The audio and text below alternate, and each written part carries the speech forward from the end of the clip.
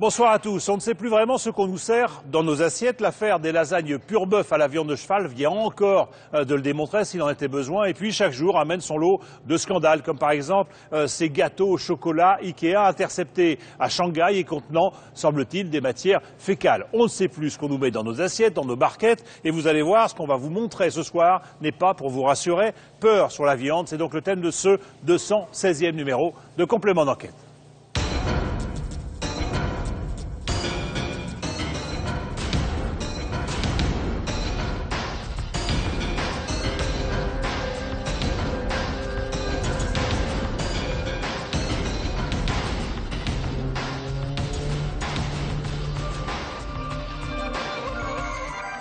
Alors on va beaucoup parler dans cette émission de ces traders de viande, de ces Kerviel du steak. Il fallait citer un nom célèbre pour comprendre comment fonctionnent ces fameux circuits de distribution et comment sont contrôlés ou pas ces fameux traders. On reviendra aussi sur une crise précédente, celle de la vache folle, pour voir ce qui a changé. Et puis on verra que tout n'est pas perdu quand même, puisque même aux États-Unis, un mouvement contre la malbouffe est en train de se développer. Alors pour parler de tout ça, eh bien on a choisi évidemment de s'installer dans une ferme, dans cette ferme expérimentale de Grignon, au milieu de ces vaches. On recevra son directeur, c'est Dominique Tristan. On recevra Fabrice Nicolino pour son livre Bidoche, l'industrie de la viande menace le monde. Et puis bien sûr Benoît Hamon, le ministre délégué chargé de la consommation. On ira le voir à Bercy. Commençons donc par cette enquête sur ces dealers de viande. Elle est signée Tristan Walex, Antoine Husser et Gaël Diabeuf.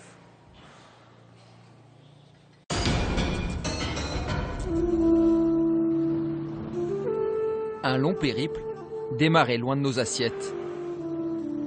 Avant de finir en bolognaise dans les lasagnes Findus, la viande de cheval a commencé son parcours au pied des Carpates, en Roumanie. Depuis 3 semaines, l'abattoir Carmolympe est dans la tourmente. Ce jour-là, la société nous avait promis une opération porte ouverte, mais une nouvelle alerte sanitaire a tout chamboulé. On n'a pas besoin de vous, on ne veut plus vous voir, foutez le camp. Ce matin, du cheval vient encore d'être retrouvé en France, cette fois dans des raviolis. Une fois de plus, Carmolympe est au cœur du scandale. Carmolympe est un intermédiaire hollandais, un trader, déjà impliqué dans l'affaire des lasagnes. La seule carcasse que nous verrons, ce sont ces sacs de viande dans une voiture banalisée. Les enquêteurs sont de retour dans les locaux. Les salariés sont sur les nerfs.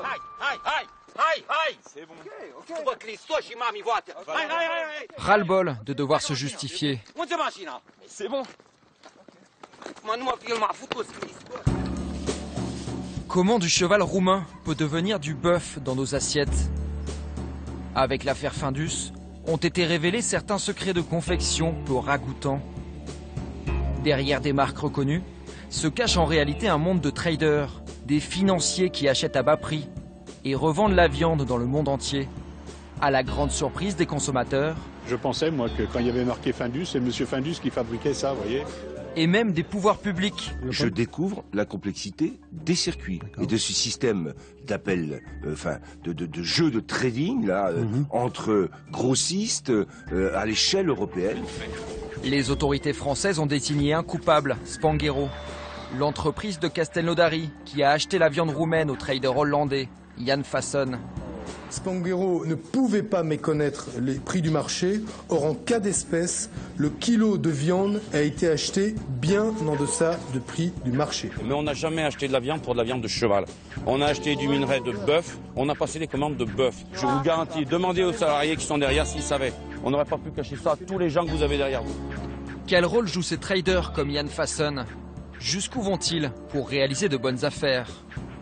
Le mystérieux négociant hollandais vit en Belgique, achète en Roumanie, alors que sa société Drap Trading est basée à Chypre. Depuis 3 semaines, le discret businessman se cache. Nous avons pu le joindre. Au téléphone, il nous assure que tous ses papiers sont en règle. C'est très facile. On a vendu cheval, on a facturé cheval, on n'a pas mis bœuf sur la palette. Pour nous, l'affaire est claire. Beaucoup moins claires en revanche sont les factures de Jan Fason. Les voici. Quand il achète sa viande en Roumanie, l'abattoir indique clairement cheval, cal en roumain. Mais sur la facture que Jan Fason établit à Spanghero, la mention en toutes lettres disparaît. À la place, quelques chiffres, le code douanier du cheval. Mais pourquoi vous mettez que le code et vous mettez pas à côté le nom de l'espèce? Les clients ne m'ont jamais demandé de faire différemment. On fait ça comme ça, c'est dans notre ordinateur. Et déjà pendant des années, c'est toujours comme ça. Des méthodes peu habituelles dans le métier, qui ont déjà fait d'autres victimes.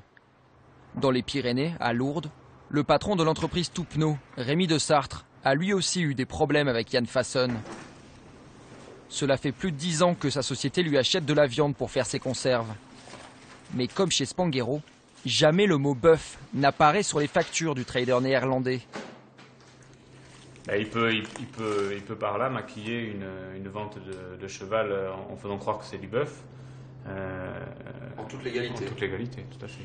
Vous voyez, là par exemple, ici on a le cas. Là il y a marqué maigre de tête BF, mais en dessous il y a un code. Mais si ce code-là était un code de cheval, moi je vois viande hachée de BF, je me dis, il n'a pas la place de marquer bœuf, donc BF, ça veut dire bœuf.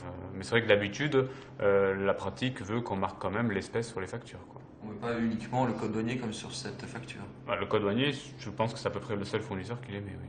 On met, ils mettent tous en français ou en anglais, mais bœuf ou bif, mais voilà. Pendant longtemps, Rémi de Sartre ne s'est douté de rien.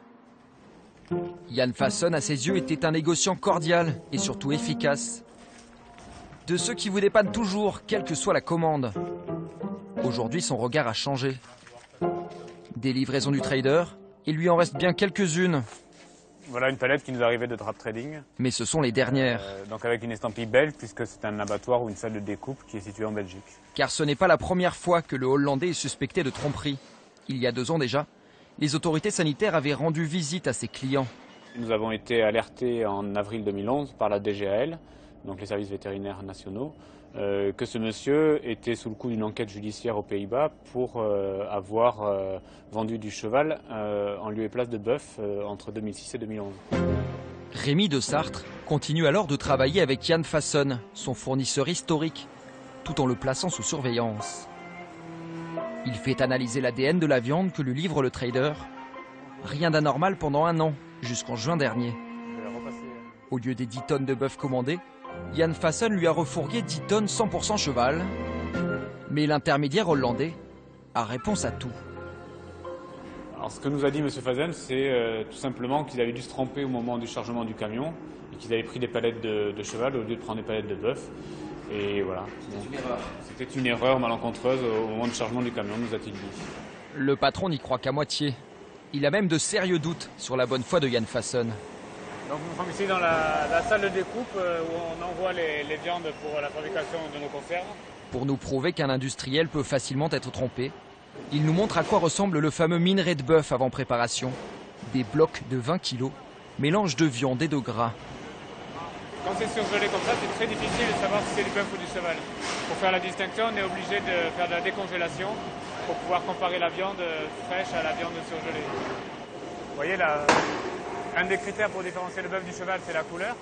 Mais on voit bien ici que même là, si c'est du bœuf certifié, il y a plusieurs couleurs différentes en fonction du taux de gras ou du fait que ce soit surgelé ou pas. Donc, Faire passer du cheval pour du bœuf, serait-ce le péché mignon de Jan Fason?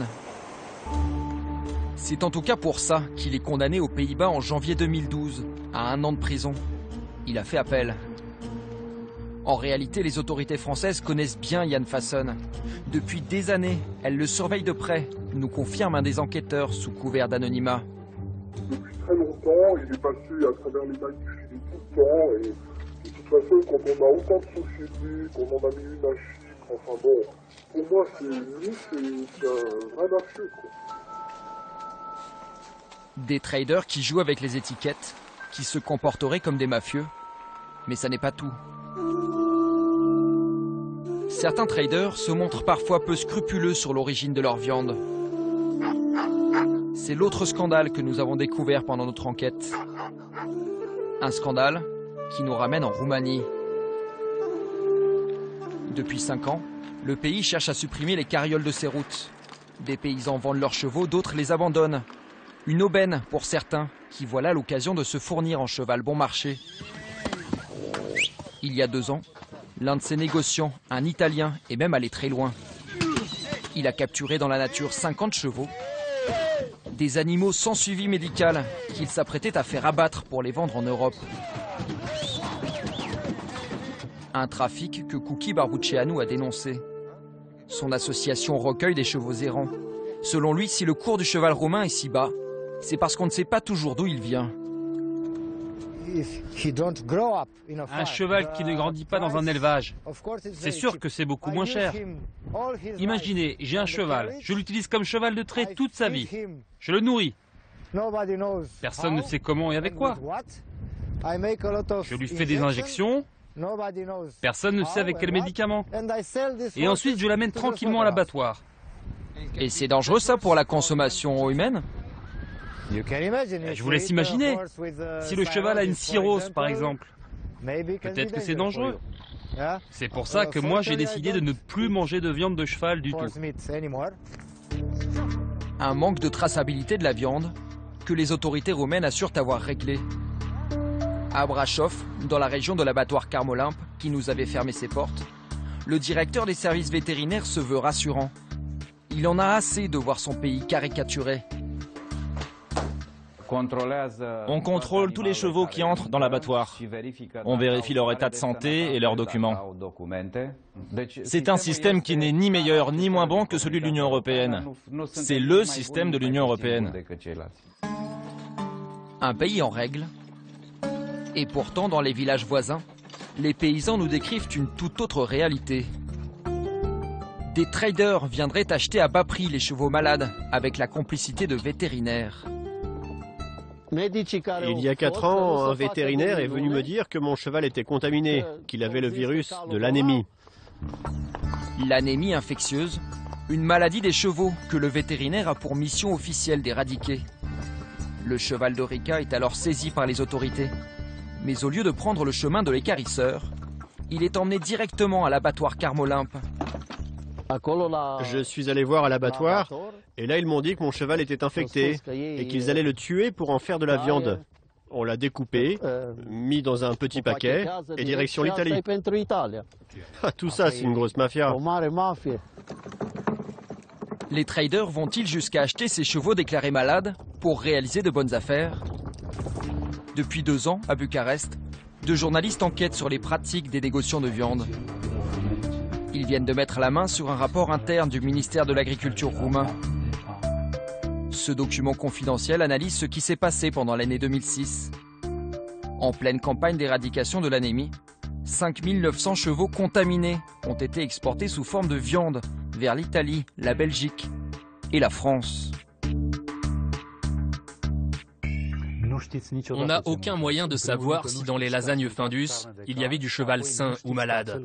Parce qu'en fait, il y a 2 problèmes, 2 manières de faire de l'argent. La première, c'est vendre du cheval pour du bœuf. L'autre, c'est vendre du cheval malade. Dans les 2 cas, c'est un délit majeur, une gigantesque tromperie du consommateur européen. Parmi les traders cités dans le rapport d'enquête, pas de trace de Jan Fassen, mais un négociant français, Pierre Arinordoki.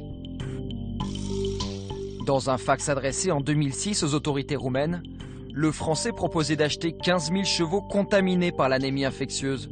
Une belle affaire, 200 € la tonne, 10 fois moins que le prix du marché. Aujourd'hui, Pierre Arinordoki est toujours négociant dans la région de Bordeaux. On vient voir les dirigeants d'Arinordoki. Moi, je suis le comptable. Ouais. Il n'y a personne aujourd'hui, parce qu'il est en déplacement. Le jour de notre tournage, Pierre Arinordoki est ailleurs, en Uruguay, pour acheter de la viande chevaline. Par téléphone, il dit ne pas avoir emporté le marché avec les Roumains, mais il ne voit pas où est le problème avec les chevaux malades. On nous garantissait que les carcasses étaient bonnes, contrôlées par les services vétérinaires roumains, abattus dans des abattoirs agréés européens. Moi, je n'ai jamais entendu dire que la viande des chevaux qui ont l'anémie sont interdits à la consommation. Mais vous disiez pas qu'à 200 € la tonne, soit 10 fois moins que le prix du marché, vous vous retrouviez avec de la viande qui n'était pas forcément très très bonne? Non, c'était pas du tout le cas. Si je l'avais eu, c'était une très très belle affaire. Malheureusement, je n'ai rien eu du tout. Et ça vous posait pas un problème de conscience? Si la viande est bonne, et enfin, s'il y a la tuberculose, il se tue bien des vaches, et les carcasses, ce ne sont pas pour ça que les carcasses ne sont pas bonnes, que la viande n'est pas bonne.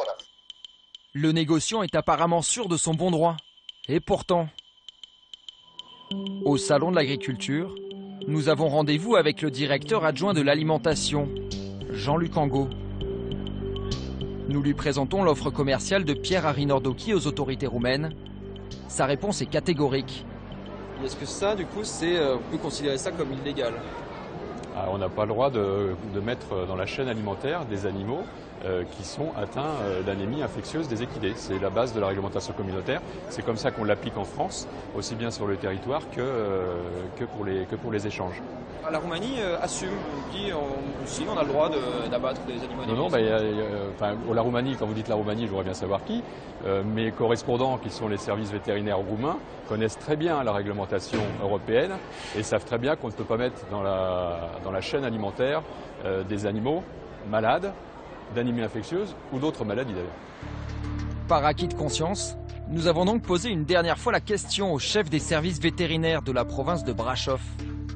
Apparemment, il n'a pas tout à fait la même lecture des textes. Anémie ou pas, selon lui, la viande est faite pour être vendue. Le règlement européen, très clairement, permet l'abattage et la découpe des chevaux touchés par l'anémie infectieuse.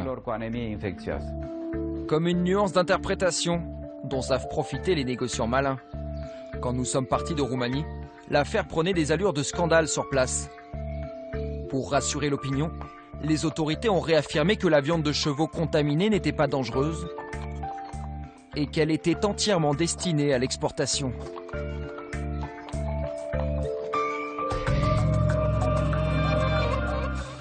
Voilà pour cette belle enquête de Tristan Walex et de Antoine Husser. Et nous sommes ici dans cette belle ferme de Grignon avec vous, Fabrice Nicolino, au milieu des vaches, qui ne sont pas vaches avec vous, si je puis dire, parce que vous avez écrit, Fabrice Nicolino, Bidoche, l'industrie de la viande menace le monde. Donc c'est pas très sympa pour ces pauvres animaux qui n'ont rien demandé quand même. Vous n'êtes pas gentil avec eux. À mon avis, au contraire, franchement, parce que tout part des animaux, des vaches notamment, et ce sont des animaux prodigieux. Vraiment prodigieux. Ils nous ont tout donné dans l'histoire, depuis la domestication, c'est-à-dire depuis 9000 ans. Ils nous ont donné leur peau, ils nous ont donné leur chair, ils nous ont donné leur inépuisable force de travail. On ne serait pas là en train de parler si les vaches ne nous avaient pas donné leur force de travail inouïe. Cette crise, parce qu'on croit manger du bœuf, on se retrouve avec du cheval, elle a deux conséquences relativement inattendues. Alors il y en a une qui est plus qu'on voyait venir, c'est que la consommation des plats cuisinés a chuté de 10 à 20% en France. Et puis une autre plus surprenante, c'est que la consommation de viande chevaline a augmenté dans les boucheries spécialisées de 10 à 15%, un peu comme si les Français se disaient tant qu'à manger du cheval, autant que j'aille en acheter moi-même. Cette crise, compte tenu de votre livre, vous la sentiez venir? Pour moi, la crise, elle fait partie du système. En fait, tout le monde le sait. Tous les gens qui sont au courant, si vous me permettez, savent très bien que l'industrie de la viande ira de crise en crise, car elle va de crise en crise. Tous les Français d'un certain âge se souviennent quand même de l'épisode de la vache folle, c'était il y a 20 ans.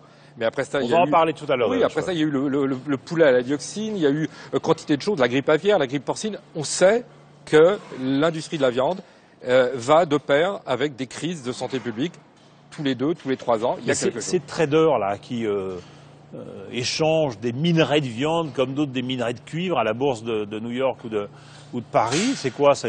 Vous saviez ça? Ah oui, bien sûr, mais Monsieur Le Foll, permettez-moi de vous le dire, le savait aussi. Oui, il est surpris, lui. Il savait très bien ce qu'il en est, et tout le monde le sait très bien. Trader, pourquoi? Parce que la viande, c'est devenu une industrie, absolument comme une autre. Elle est devenue mondialisée. On se plaint de ce qui se passe en bourse, notamment depuis la crise financière de 2008, mais c'est exactement la même chose pour une sorte de financiarisation aussi du marché de la viande. Mais écoutez, par exemple, Findus, on a assez dit que Findus était la propriété de fonds de pension. Les fonds de pension, ce sont des organismes fondamentalement financiers qui exigent une rentabilité de 8 à 10% par an. Quand vous avez une exigence aussi folle que ça, 8 à 10% par an, tous les acteurs de la chaîne ont la tentation de tricher. C'est la chaîne, c'est le circuit, c'est le système qui déraille. Absolument. Ou ce sont des individus un peu peu scrupuleux, bien sûr, qui profitent de lacunes du système. Vous trouverez toujours des individus moins scrupuleux que d'autres. Mais je crois vraiment que ces exigences folles de rentabilité financière poussent tout le monde, d'un bout de la chaîne à l'autre, à essayer de satisfaire finalement l'échelon supérieur. On ne peut pas sortir de ce système autrement qu'au travers d'une réforme très fondamentale que je ne vois pas venir pour l'instant. Alors, je vais redonner quelques chiffres quand même sur ce marché de la viande, qui est quand même assez conséquent en France, notamment, et en Europe. Il faut savoir que la France est la première consommatrice européenne de viande, que les 2 tiers de la viande qu'on achète et qu'on consomme viennent de la grande distribution, c'est important, et que les Français consomment en moyenne 85 kilos de viande par an et par personne. Bon, mais qu'est-ce qui dysfonctionne dans ce système? Parce qu'ici, on est dans une ferme expérimentale, on voit qu'on prend du soin aux animaux, on fait attention à ce qu'on fait, on ne fait pas n'importe quoi. Les éleveurs français ne font pas n'importe quoi. Non. Là, on a vite montré du doigt les intermédiaires, les spangueros, mais écoutez, prenons un exemple. Ces traders-là. Le système est vraiment fou, intrinsèquement, à mon avis. Écoutez, pour nourrir les animaux, les porcs et les volailles, c'est sûr, les vaches aussi, bien qu'à un degré moindre, il faut des protéines qui sont importés sous forme de soja OGM, de soja transgénique d'Amérique latine. Et pas des petites quantités, c'est des millions de tonnes qui débarquent chaque année dans des ports comme Lorient ou Brest. Du soja transgénique qui est donné aux animaux. Est-ce que les consommateurs français savent bien que quand ils mangent de la viande en France, ils ingurgitent aussi du soja OGM qui vient d'Amérique latine? Sûrement pas. Mais ça veut dire quoi? Qu'il faut s'attendre à de nouvelles crises, à de nouveaux accidents? Vous parlez d'un truc inquiétant, vous parlez de staphylocoque doré, très dangereux, qui ferait des ravages dans les porcheries notamment. Oui, c'est triste, j'ai pas envie de faire peur aux téléspectateurs. On a distribué énormément d'antibiotiques au bétail industriel. Beaucoup. 50% des antibiotiques qui sont vendus dans le monde vont au bétail industriel. La moitié. Donc ces antibiotiques qui sont utilisés massivement dans les élevages industriels... On les retrouve nous quand on mange les animaux en question. D'abord, on les retrouve sous forme de résidus qui posent des problèmes de santé publique, mais par ailleurs, ça crée des bactéries qui sont résistantes. Et des bactéries mutantes, si vous voulez, qui prolifèrent dans les élevages industriels. Et ça vous dit c'est un danger pour demain? Mais c'est un danger déjà aujourd'hui, sauf qu'on ne se donne pas les moyens de savoir. Donc il faut peut-être s'habituer à manger moins, à manger mieux, et quelquefois à manger plus cher, à payer plus cher. Mais ça serait formidable, parce que les consommateurs que nous sommes tous ont pris l'habitude, qui me paraît, excusez-moi, stupide, de dépenser de moins en moins d'argent pour se nourrir. Se nourrir, c'est l'essentiel de la santé. Et donc, évidemment, il faudrait accepter de dépenser plus et puis manger moins de viande. Parce que tout le monde sait, je vous assure, que tous les spécialistes de la santé publique savent que manger beaucoup moins de viande, c'est infiniment meilleur pour la santé. Merci Fabrice Nicolino d'être venu au milieu de ces vaches nous parler de cette industrie de la viande qui menace le monde. Enfin, vous aimez bien ces animaux-là. Alors on va continuer avec un message d'espoir, justement sur ces filières d'excellence. Et là, on est allé aux États-Unis, ce qui est quand même assez surprenant, puisque on sait que c'est le pays de la malbouffe. Et pourtant, se développe là-bas, aux États-Unis, un mouvement contre cette malbouffe. C'est une enquête de Clément Cassex, de Florian Lemoyle et de Vincent Buchy sur cette filière d'espoir.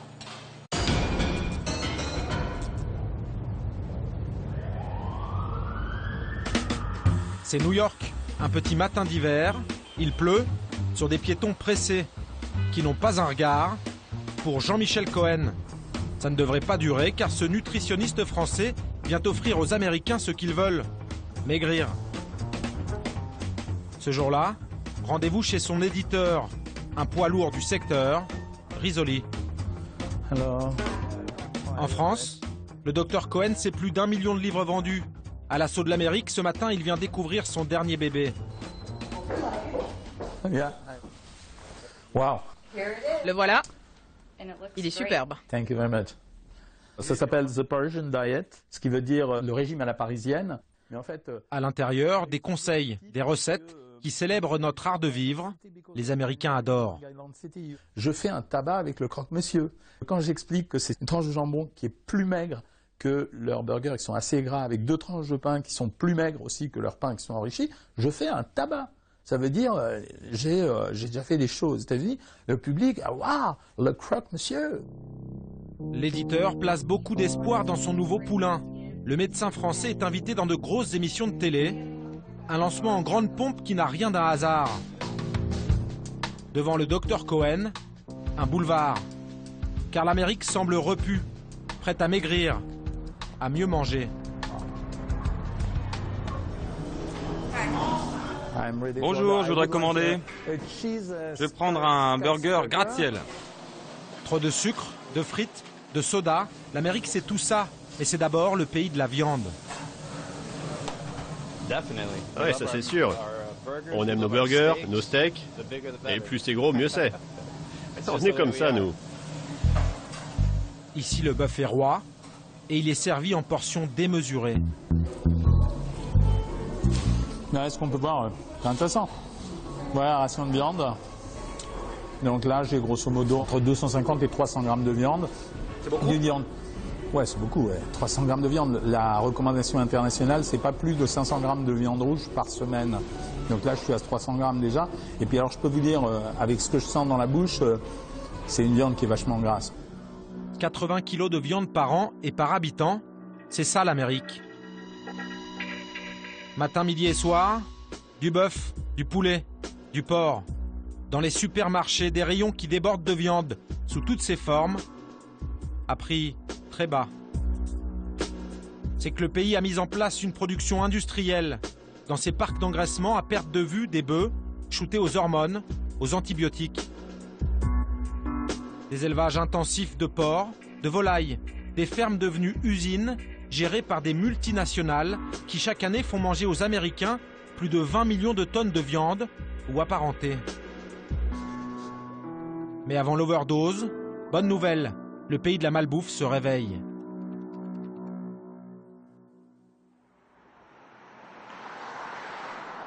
À New York, Brooklyn, dans ce quartier prisé de la jeunesse branchée, une drôle de boucherie. Bienvenue au Brooklyn Kitchen, notre magasin. Et voici le crochet à viande, la boucherie du quartier de Williamsburg à Brooklyn. Brent a 30 ans et il est très fier de sa boucherie, ouverte il y a 3 ans. Le garçon fait dans la qualité, sa viande est bio, sans hormones, du bœuf nourri à l'herbe. Là, on a une cuisse de bœuf. Ça, c'est l'épaule. C'est de la viande de très grande qualité. Et vous pouvez le voir à la couleur du gras. On voit qu'elle est bonne, en bonne santé. C'est beau ça. Ça a vraiment l'air de viande en fait. C'est pas de la viande de supermarché. Nous ne sommes pas venus les mains vides. De la viande de supermarché, nous en avons apporté. Voilà ce qu'ingurgitent les Américains.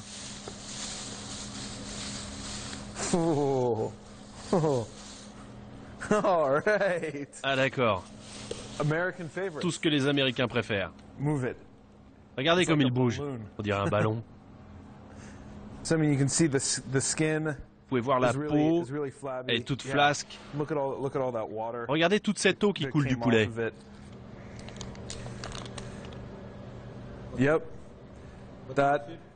Alors ça c'est collant.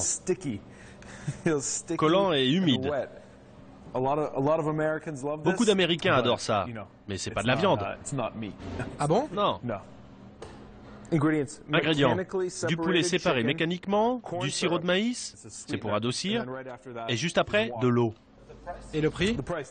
Le prix, 99 cents, exactement. Et la viande, ça ne coûte pas $1. Là, $2 le kilo, là aussi. Vous ne pouvez pas acheter de la bonne viande à $2, vous achetez de l'eau. Donc mangez moins de viande. Et c'est un boucher qui vous le dit. C'est bizarre. C'est bizarre, mais c'est la vérité. Ici, la viande est 4 fois plus chère qu'en supermarché, mais elle est irréprochable. Pour cela, Brent et ses 2 associés jouent la carte locale. Ils connaissent chacun de leurs fournisseurs, ont visité leur ferme. Ça, ce sont les porcs pour cette semaine. Chaque semaine, 4 porcs sont livrés. Ils viennent d'un petit élevage à 2 heures de New York. Pour décharger, les 8 bouchers s'y mettent. La moitié sont des filles. Ici, tous ont moins de 35 ans et ont choisi ce métier. Pour la jeunesse new-yorkaise, boucher, c'est devenu un boulot à la mode. C'est devenu très populaire aux États-Unis ces 3 ou 4 dernières années. Il y a plein de gens qui veulent travailler dans la nourriture, avec leurs mains. Et il n'y a pas mieux, il n'y a pas plus marrant que de devenir boucher. Avant de découper de la viande, ici chacun avait une vie bien différente. Sarah travaillait dans le marketing pour une grande entreprise. Cara, elle, vivait de sa plume. J'écrivais, je travaillais pour des journaux, pour Internet. Et je voulais plus rester assise derrière un ordinateur toute la journée au bureau. Quand la boucherie française manque de bras, ici on fait la queue pour apprendre le métier. En permanence, 3 stagiaires qui se forment sur le tas. Voici Michael, 33 ans. Jusqu'à l'automne dernier, il avait un bon boulot dans l'industrie du café. Le garçon n'a jamais été très à l'aise avec la viande. Et pour cause, il y a peu, il était encore végétarien. Quand j'ai décidé de manger de la viande, j'ai réalisé que je n'y connaissais rien. Alors, j'ai commencé à venir en acheter ici. Et ce que je voyais me plaisait, et le seul moyen d'apprendre encore plus, c'était de travailler ici. Alors qu'aux États-Unis, les ventes de viande baissent depuis 2 ans, ici le chiffre d'affaires double chaque année, $1 million en 2012. Si les clients viennent en masse, ça n'est pas seulement pour ces patrons tatoués ou ces jeunes bouchères branchés. C'est que, depuis peu, partout dans le pays, la viande fait sa révolution. Très loin de l'avant-garde new-yorkaise et des bobos de la côte Est, les routes de l'État de Virginie, l'Amérique profonde. Dans ce comté d'Augusta, on vit de l'agriculture, un peu de bétail, mais surtout du poulet en batterie. Au milieu de cette campagne, soumise à l'industrie de la viande, voici un résistant. Eric, 25 ans, manager de la ferme Polyface. Il élève des porcs, des poulets et 900 bœufs. On a plusieurs races ici. Là, c'est les Angus, là, les noirs. Celles-ci sont des Hereford. On a des Charolaises aussi. On les achète à des petits fermiers du coin et quelques-unes au marché à bestiaux. Eric fait dans le traditionnel. Pas d'hormones, pas d'antibiotiques, pas d'OGM. Et quand tout le pays engraisse son bétail vite et à moindre frais avec du maïs, lui offre à ses vaches de l'herbe. Pâturage toute l'année, du foin en hiver. Les bêtes sont élevées au grand air, dorlotées par le fermier, car un bœuf heureux, ça donne de la bonne viande. Tout notre boulot, c'est d'essayer de leur donner la meilleure vie possible, parce que ça les aide à grandir. Et plus elles vont bien, meilleur est le lait ou la viande. Il faut qu'elles aient la belle vie, que tous les jours de leur vie soient agréables, enfin sauf un seul. Quel jour? À l'abattoir. L'herbe, c'est bon, mais c'est beaucoup de travail. La ferme Polyface existe depuis une trentaine d'années. Et longtemps, les affaires ont été difficiles. Puis la ferme a vu arriver des 4 coins du pays des jeunes motivés. Cette année, 200 candidatures pour 3 places. Ils travaillent bénévolement, avec l'envie de grand air et l'envie d'apprendre. Tous sont persuadés que le mal-être de l'Amérique vient de ce qu'elle mange. Ici, tout le monde a réalisé que c'est la malbouffe dont se nourrit l'Amérique qui lui donne mauvaise santé. Les gens vont de plus en plus chez le docteur. Ils ont des problèmes d'obésité, de plus en plus d'attaques cardiaques. Du coup, les médecins et les laboratoires font des recherches, vendent des traitements. Et beaucoup d'entre eux n'admettent pas que le problème, c'est ce qu'on mange. Ils jurent que leur nouveau médicament va tous nous soigner. Mais c'est mettre un pansement sur une jambe de bois. Il faut aller à la racine du problème. C'est-à-dire, qu'est-ce qu'on met dans notre estomac? Polyface, ce sont des œufs, de la viande et un état d'esprit. Ici, tout est fait à la main. Et pas question de travailler avec la grande distribution. La ferme a choisi les circuits courts, sans intermédiaire. Marchés locaux, livraison et vente directe dans leurs magasins. Vous avez déjà cuisiné de la poule au pot? Ou du magret de canard? L'entreprise Polyface gagne de l'argent car les clients sont de plus en plus nombreux. Vous avez l'impression que l'Amérique se réveille par rapport à la nourriture, la viande? Oui, un petit peu, de plus en plus, mais pas autant qu'on voudrait. Le problème, c'est qu'ici, la malbouffe est partout. Dans les bureaux, il y a des machines qui distribuent des sodas et des cochonneries. Et dans la rue, on trouve des McDonald's ou des Burger Kings. Si vous voulez de la nourriture saine, il faut vraiment la chercher. Il faut venir ici. Il faut aller chez les fermiers. C'est pas comme en Europe, où vous avez vos magnifiques petits marchés 2 ou 3 fois par semaine.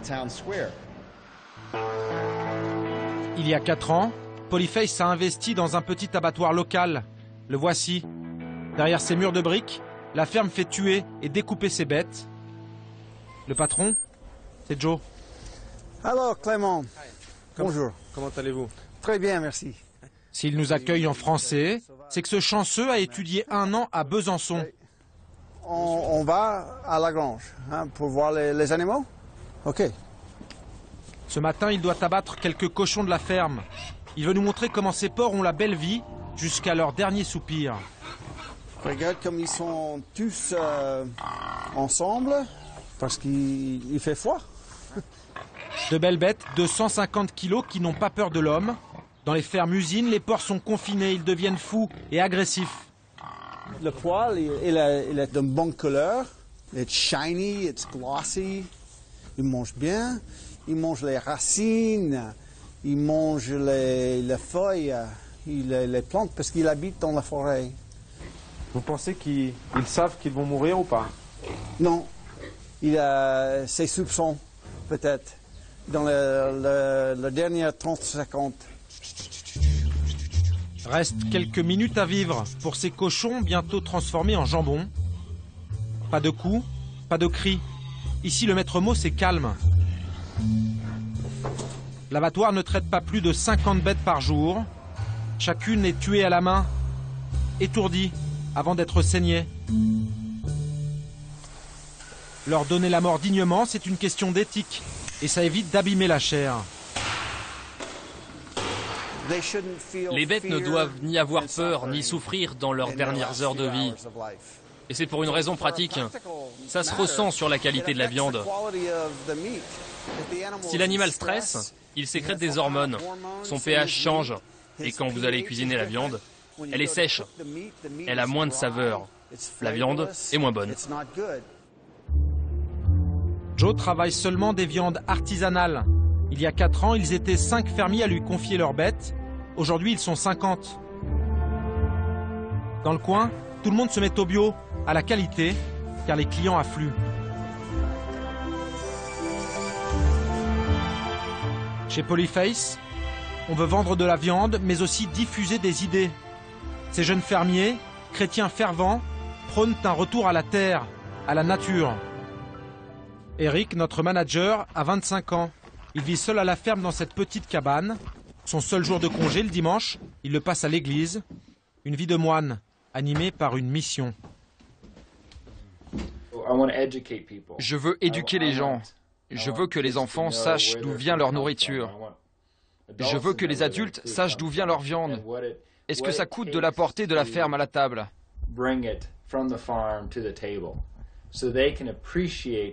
Il faut que tous puissent comprendre que la viande, c'est du travail, du sang, de la sueur, des larmes. Ça, c'est des filets de porc. Des porcs heureux. Chaque soir, à 18h précises, toute la ferme partage le dîner. Sur la table, bien sûr, on trouve exclusivement des produits maison. Merci Seigneur pour cette belle journée et ce temps magnifique. Loin de New York et de ses militants branchés, ceux-là sont guidés par Dieu. Une Amérique rurale qui prie pour ce pays, proche de l'indigestion.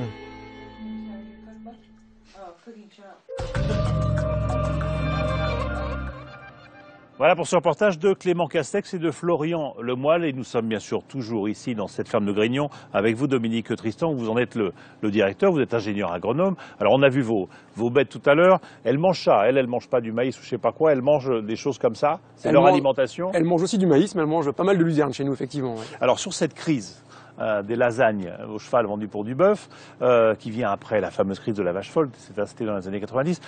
Comment elle va la filière? Comment y vont les éleveurs? Comment ils vivent ça? Aujourd'hui, déjà d'une manière générale, au niveau économique, c'est assez compliqué. Ça fait plusieurs années où on subit des coûts des matières premières, de l'aliment du bétail notamment, assez élevés. Donc automatiquement, ça se répercute sur les coûts de production en élevage. Et derrière, des niveaux de prix de vente qui, eux, n'ont pas significativement augmenté. Donc la différence entre les deux fait qu'aujourd'hui, on rogne sur nos marges avec des niveaux de rémunération quand même relativement faibles. Pour citer quelques chiffres, un revenu moyen aujourd'hui d'un éleveur bovin-viande ou ovin-viande, c'est autour de 15 000 €. Un éleveur laitier, c'est entre 20 et 30 000 euros si on regarde les dernières années. Donc on est sur des niveaux de rémunération quand même relativement bas. Quand vous dites 15 000 euros ou 20 000 euros, c'est par an? C'est par an, bien entendu. Il ne faut pas se tromper, ça c'est le revenu net d'un éleveur.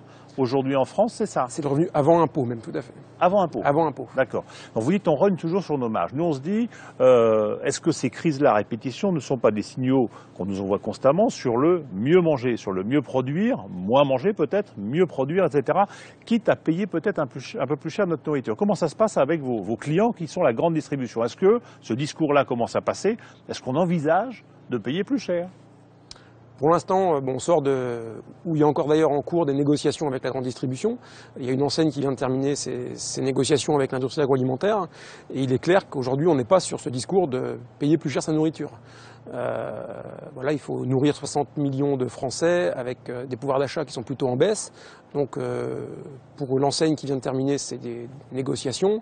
On parle parfois de plus 2%, mais on parle aussi de baisse de moins 2 à moins 10% selon les produits. On est encore à baisser les prix. On est encore à baisser les prix. On ne se dit pas, il faudrait, y compris par la grande distribution, payer peut-être un peu plus cher, mais avoir de meilleures garanties sur la qualité, sur la traçabilité, sur l'origine de cette nourriture qu'on nous propose. C'est ce qu'il faudrait faire, mais pour l'instant, nos organisations n'arrivent pas à négocier ces hausses avec la grande distribution.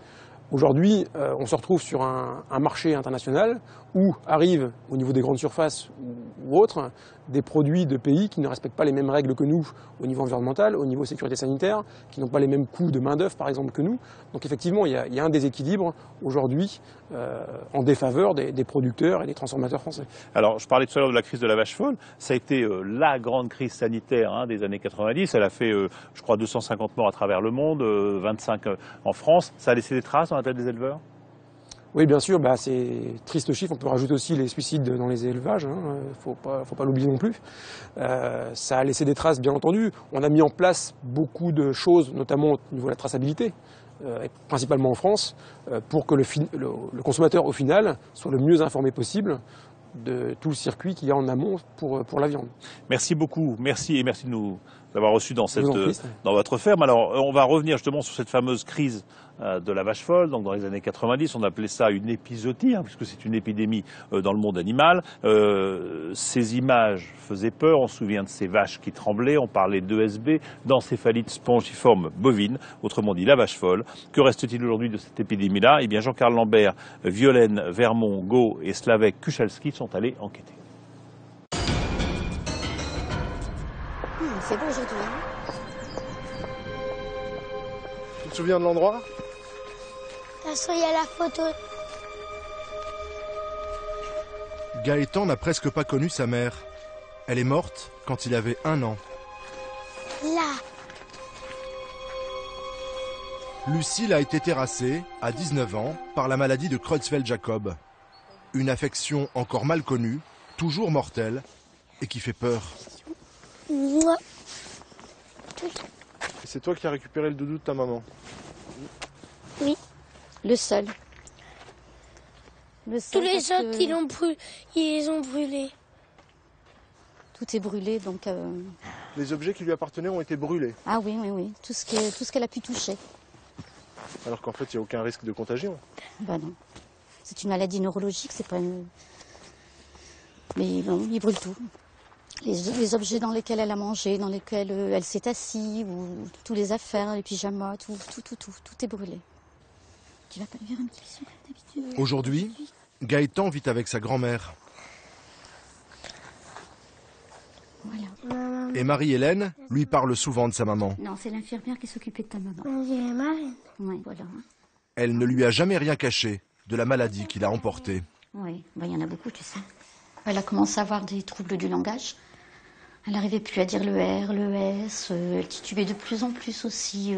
Elle n'arrivait plus à faire 100 mètres sans tomber ou quoi que ce soit. Son corps lui échappait, quoi. Complètement. Elle marchait plus, elle parlait plus, elle bougeait plus ses bras, elle tenait plus de fourchette, elle mangeait plus du tout, elle faisait plus rien. C'était un légume. Elle essayait de t'endormir. Aujourd'hui, les médecins ne peuvent pas dire si, dans le ventre de sa mère, Gaëtan n'a pas attrapé la maladie. Et moi? Quand il se plaint qu'il a mal au genou, qu'il a tout le temps mal à la tête, comme s'il avait comme symptôme, on s'inquiète. Je me dis, est-ce qu'il va l'avoir? Vous pensez que Lucille peut avoir donné la maladie à votre petit-fils? J'espère que non. Mais je resterai toujours dans le doute. C'est vrai, ta maman et toi. Le petit garçon est la victime collatérale de l'une des plus graves crises sanitaires de ces dernières années. Tout commence en 1990 avec ces images qui font le tour du monde. Les premiers bovins britanniques atteints de la maladie de la vache folle, l'encéphalite spongiforme bovine, une terrible dégénérescence du cerveau. En urgence, plusieurs dizaines de milliers de bêtes sont abattues. Trop tard. Le mal s'est transmis à l'homme. Bilan, 230 morts et des victimes qui déclarent la maladie aujourd'hui encore. À l'origine du drame, les farines animales, des aliments à base de cadavres d'animaux qu'on a donnés à des herbivores. Entre les hésitations des politiques, les incertitudes des scientifiques et l'emballement médiatique, la crise marque les esprits et laisse des traces profondes. Aujourd'hui, alors que Bruxelles autorise le retour des farines animales, que sait-on de plus sur la maladie? Où en est la surveillance? A-t-on vraiment tiré toutes les leçons de l'histoire?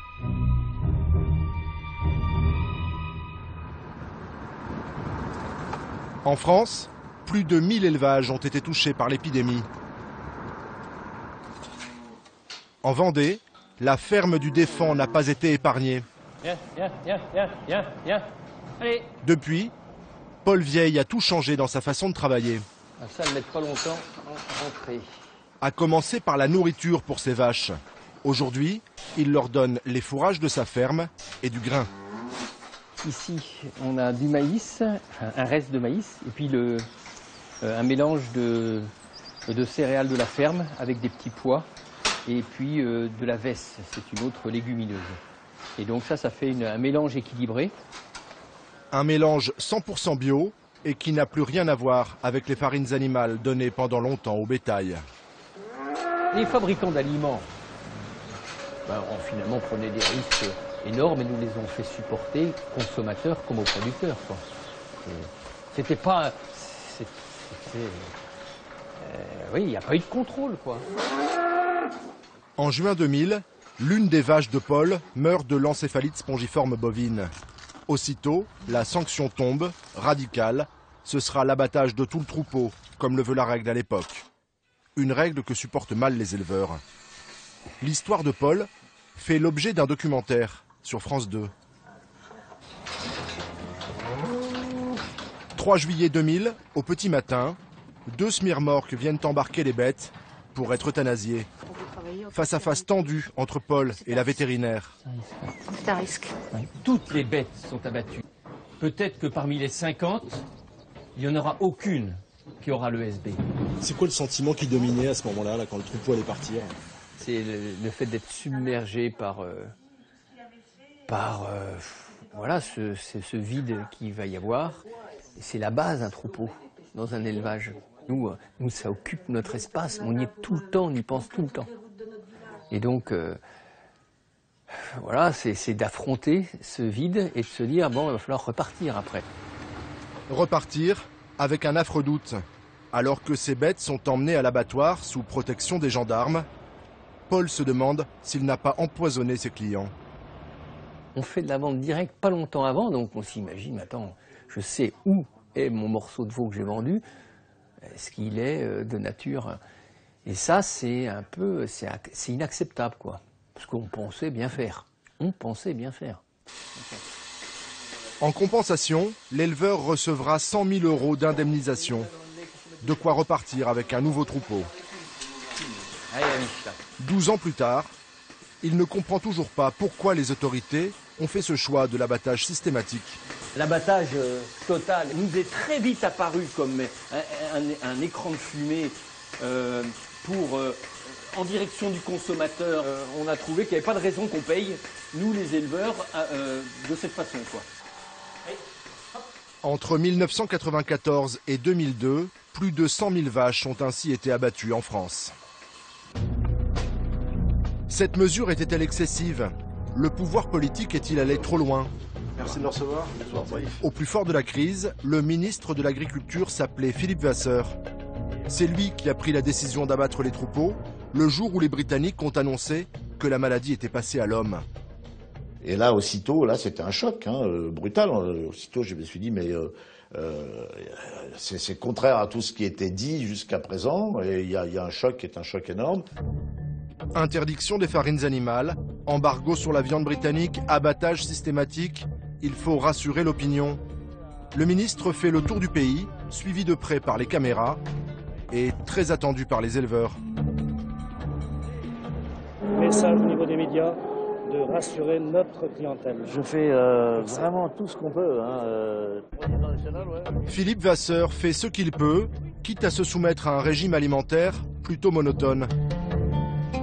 Il manque un peu de sel, mais se priver de ça, sincèrement, c'est un malheur. On m'a reproché d'en avoir fait trop, mais compte tenu des incertitudes qui étaient les nôtres, compte tenu là aussi des controverses scientifiques, je pense qu'il fallait porter les choses au maximum. 15 ans plus tard, la filière bovine reste sous haute surveillance, avec des tests vaches folles systématiques, comme ici en Vendée. Tous les jours, Adrien fait la tournée des abattoirs, pour le compte du laboratoire départemental. Dans ce fût, un échantillon de la cervelle des 90 vaches abattues ce jour-là à La Roche-sur-Yon. L'éleveur, la bête, le lieu d'abattage, tout est consigné avec précision. Il y a les codes barres, ouais. Chaque code barre, c'est un animal? Oui. En cas d'alerte sanitaire, il ne faudrait pas longtemps pour retrouver l'élevage en cause. Sur chaque bête, l'abattoir a prélevé le tronc cérébral. C'est là, à la base du cerveau, que la maladie de la vache folle peut se développer. Après une série de manipulations, le résultat tombe. Depuis plusieurs années, à La Roche-sur-Yon, tous les tests s'avèrent négatifs. Au niveau du laboratoire, par exemple, personnellement, je suis ici en Vendée depuis 2008 et on n'a eu aucun cas de positif en ESB. Vous n'avez pas l'impression de faire tout ça pour pas grand-chose? C'est le maintien quand même d'une surveillance qui est importante malgré tout pour ne pas passer éventuellement à côté d'animaux qui seraient atteints. On peut avoir ce risque. Mais la facture est lourde. L'an dernier en France, 1,5 million de tests ont été réalisés pour près de 25 millions d'euros, moitié à charge des abattoirs, moitié subventionnée par l'Union européenne. La maladie s'éloigne, mais les farines animales font à nouveau parler d'elles. Direction Bruxelles, où la Commission européenne vient d'autoriser leur retour pour les poissons, puis la volaille et les cochons. La décision fait polémique. Michèle Rivasi est députée écologiste. Elle a voté contre et ne décolère pas. Aujourd'hui, elle va demander des comptes à ceux qui ont donné leur feu vert au retour progressif des farines animales. Le commissaire Tony Borg et son adjointe, Paola Testori. Je veux voir.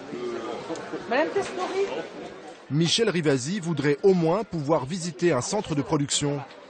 Dis-moi, oui, sur les farines animales, je sais que j'ai demandé à visiter. Ils disent, c'est tous les Français, Saria, qui est une filiale allemande, refusent qu'un député européen puisse visiter une usine où on fabrique des farines animales. Donc comment après on peut dire il n'y a aucun souci sur les farines animales alors qu'on ne peut même pas visiter ces industries? Michel, tu sais très bien, ouais. Ça c'est une situation nationale. Donc moi j'ai besoin de toi pour que tu obliges les industries à ouvrir leurs portes et qu'on puisse voir. Je ne crois pas que j'ai la base juridique pour obliger, mais je vais regarder. Je vais regarder. Vous savez pourquoi ils ne veulent pas ouvrir leurs portes? Non, Michel a raison, il faut aller vérifier et si nous, parlementaires, on n'a pas le droit d'y aller, eh ben c'est à la commission d'aller faire les vérifications. Donc c'est quand même très grave. Vous avez l'impression qu'on baisse la garde 12 ans après la vache folle, on a un peu oublié? Complètement. Les producteurs de farine ne veulent pas recevoir les députés, ni la presse. Toutes nos demandes ont également été refusées. Mais qu'en pensent les premiers concernés, les agriculteurs victimes de la vache folle? Retour en Vendée, chez Paul Vieille. Aujourd'hui, bien loin des farines animales, il a tout changé à sa façon de travailler. Voilà, ce sont des levures qui flottent au-dessus du lait. Avec le lait de ses vaches, il fabrique lui-même des fromages bio. Souvent le soir, il retrouve les vieux copains, ceux qui l'ont soutenu au moment de la vache folle. Entre éleveurs, on parle métier. Aujourd'hui justement, le sujet de conversation, c'est le possible retour des farines animales. Jus de pomme et cidre. Et étonnamment, ces farines, ils sont plutôt pour. Pas pour en donner aux vaches, mais pour les animaux omnivores. Il n'y a presque pas plus carnivore qu'une poule. Une poule, vous la mettez dehors, si vous pouvez la nourrir qu'avec des vers de terre, elle va être la meilleure des poules qui soit bouffée. On a suffisamment de caution scientifique, de connaissances scientifiques qui vont en faveur effectivement de la farine animale, quoi. Et puis ces farines ont changé. Elles ne sont plus fabriquées à partir de cadavres, mais de restes d'animaux de boucherie. Une matière première, aujourd'hui gâchée. Ça m'avait marqué. Hein. Sur un animal sain, qui a passé les contrôles des vétérinaires, vous avez au final, vous en mangez 40%. Il y en a 60% que vous allez détruire, vous allez brûler. Moi je trouve que c'est un luxe pour un pays de détruire ces 60%-là. Le problème sur un discours comme ça, c'est que les gens n'ont plus confiance. Quand c'est un peu technique, on coupe au court et puis voilà, pour rassurer les gens, on supprime tout ça. Je suis complètement d'accord que c'est un luxe de pays riches. Allez, on y revient ? Oui. Mais la vache folle a marqué les esprits. Selon les sondages, une large majorité de Français est contre le retour des farines animales.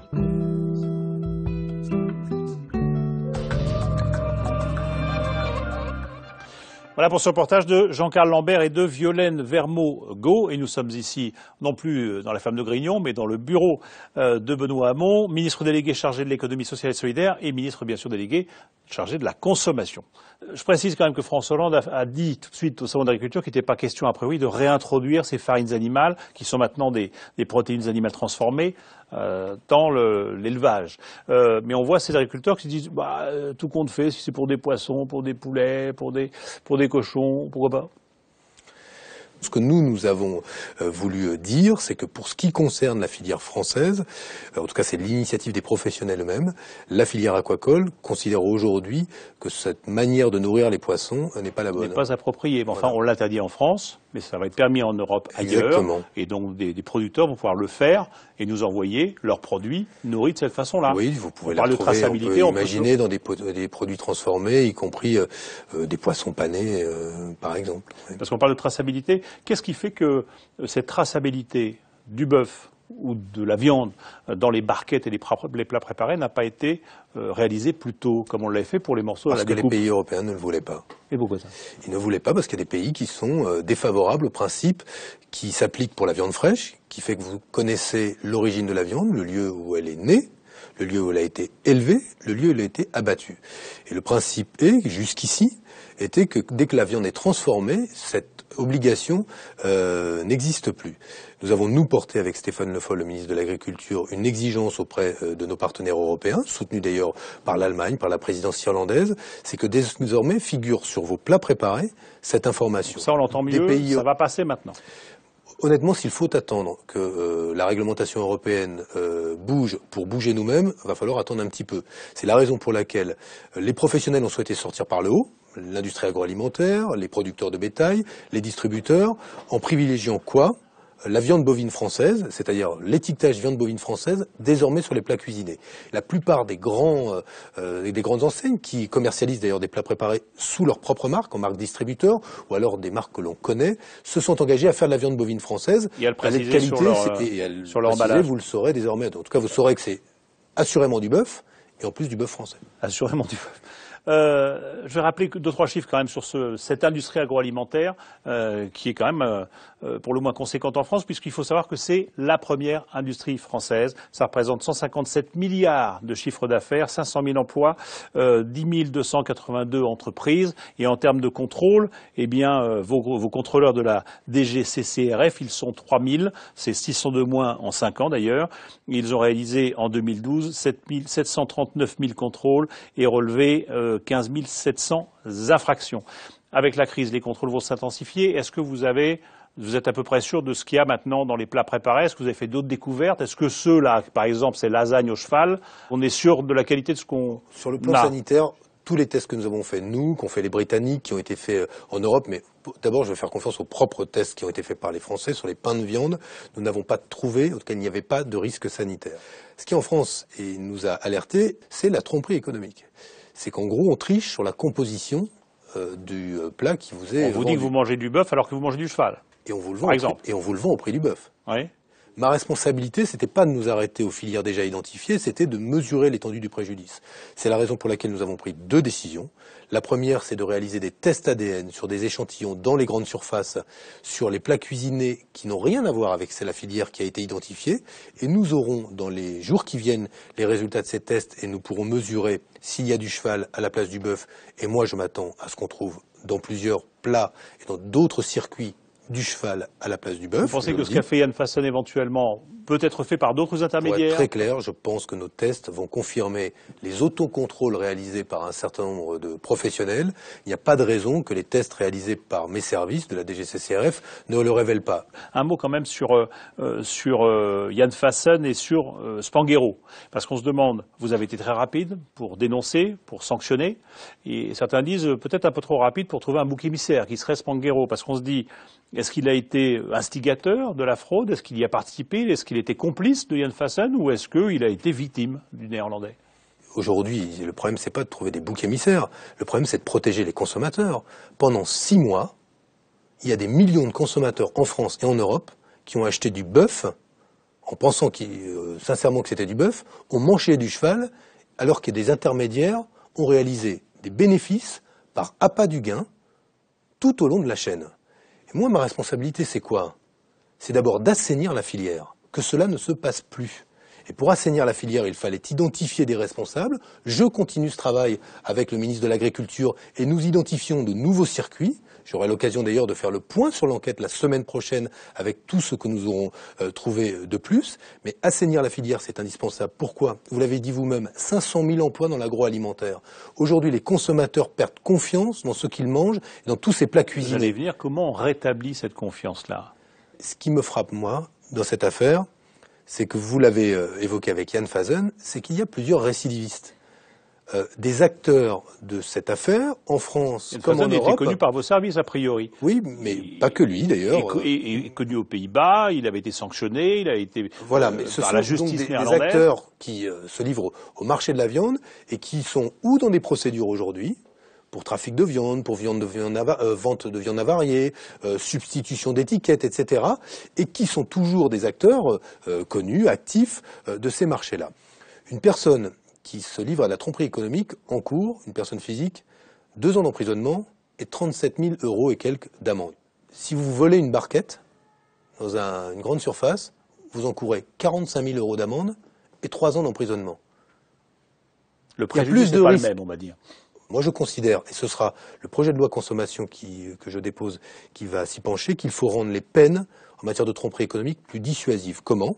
D'abord en faisant en sorte que la pénalité soit un pourcentage, 10% par exemple, du chiffre d'affaires, faisant en sorte que le montant de la pénalité pour les personnes physiques soit aussi beaucoup plus important qu'il ne l'est aujourd'hui, mais surtout qu'il y ait une peine complémentaire, l'interdiction d'une pratique d'activité commerciale pour la personne qui a été condamnée pour trafic de viande, tromperie économique, bref. Que ces gens-là ne puissent pas continuer à sévir sur un marché qu'ils ont trahi de cette façon. Nous ne parviendrons pas, sauf à court terme, mais moi ce qui m'intéresse c'est le moyen et le long terme, à assainir la filière.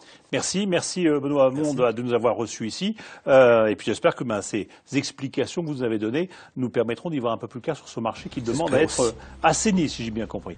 Voilà, on arrive au terme de l'émission. Je voudrais remercier la ferme de Grignot qui nous a si gentiment accueillis. Remercier ceux qui m'ont aidé à préparer l'émission, que ce soit Michel Fine, Joël Bruandé et Thomas Auro à la rédaction en chef, Lorraine Servant à la préparation des plateaux, Philippe Lallemand à leur réalisation. Je vous rappelle que vous pouvez bien sûr nous rejoindre sur les réseaux sociaux, que la semaine prochaine, on parlera de transport aérien et de cette guerre qui est relancée entre différents transporteurs, avec notamment bien sûr et toujours le low cost. Voilà, mais la soirée n'est pas finie sur France 2. Je vous laisse avec Aïda Touiri et Grand Public.